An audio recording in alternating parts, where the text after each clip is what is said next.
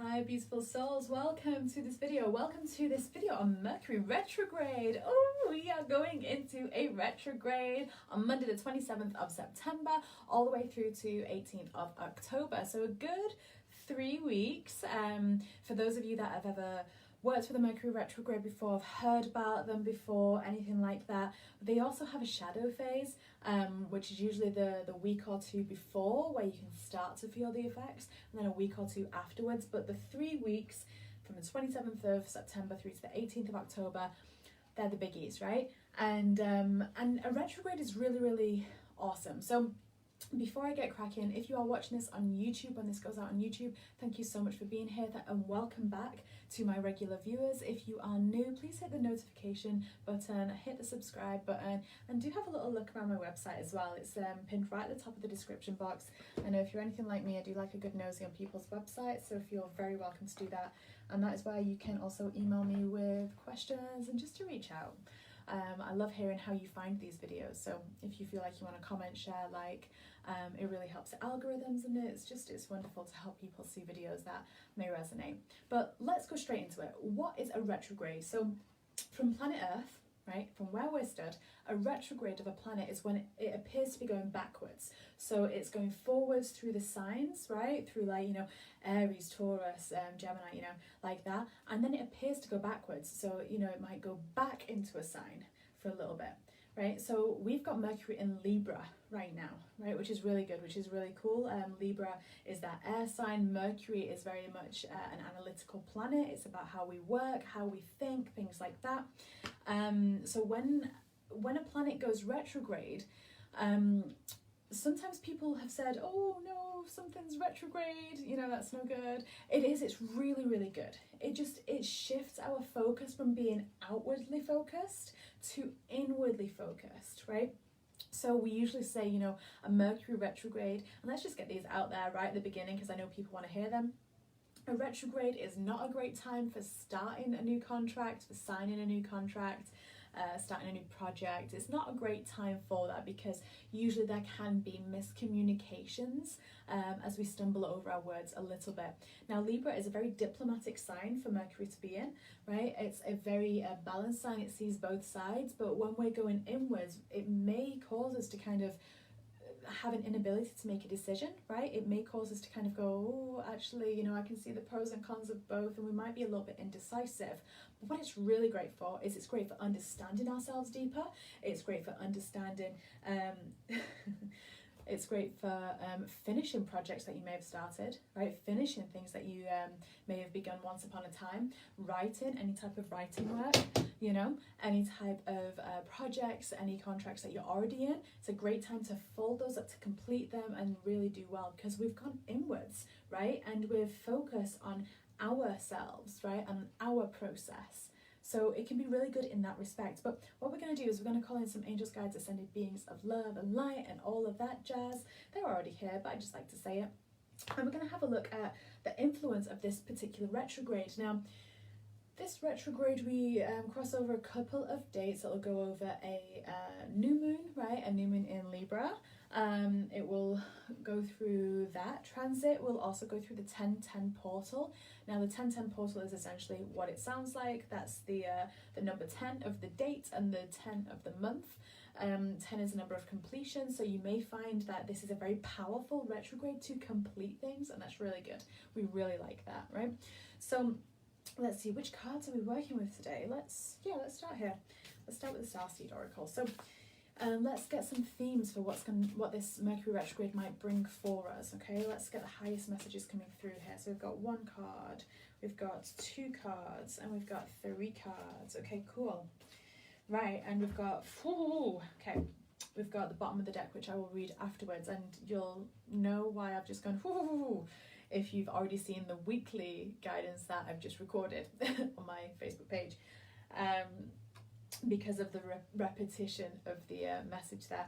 But first thing that's coming in, we have the Pleiadian energy coming in, this big picture thinking, right? So this is really interesting when it comes to a retrograde because we tend to kind of go inwards and kind of, you know, not necessarily shrink down, but kind of, you know, refocus in a little bit like this with a retrograde. But what it feels like it's going to do is it's going to offer this massive gateway, and I think that's probably going to be the influence of that 1010 portal as well, because that is a gateway moment, right? You know, we're completing a cycle before we go through the 1111 portal.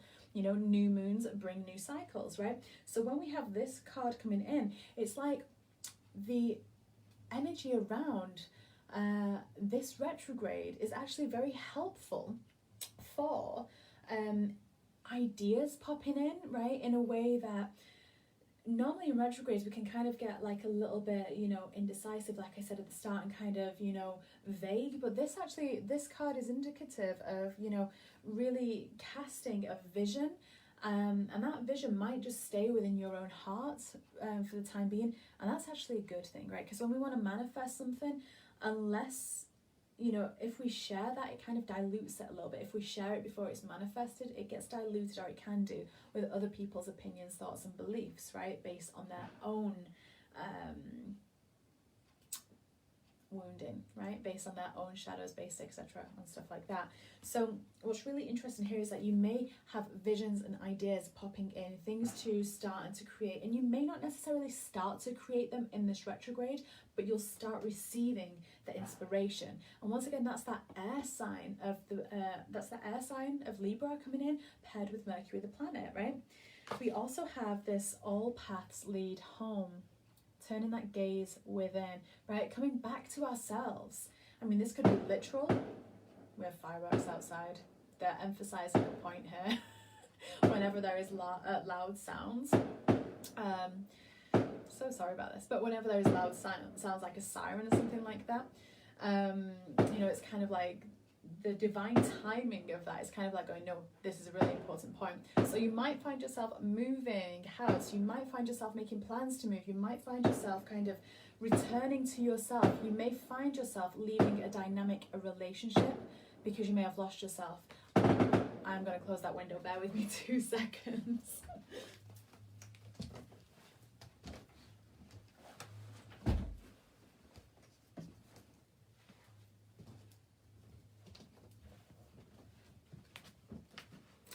Sorry about that. That was super divinely timed. So I'm going to reiterate that message. All paths lead home. We might find ourselves having lost ourselves somewhere, in a relationship, in a work situation, in a dynamic, and we may find ourselves wanting to move house, leave somewhere, and really return to ourselves.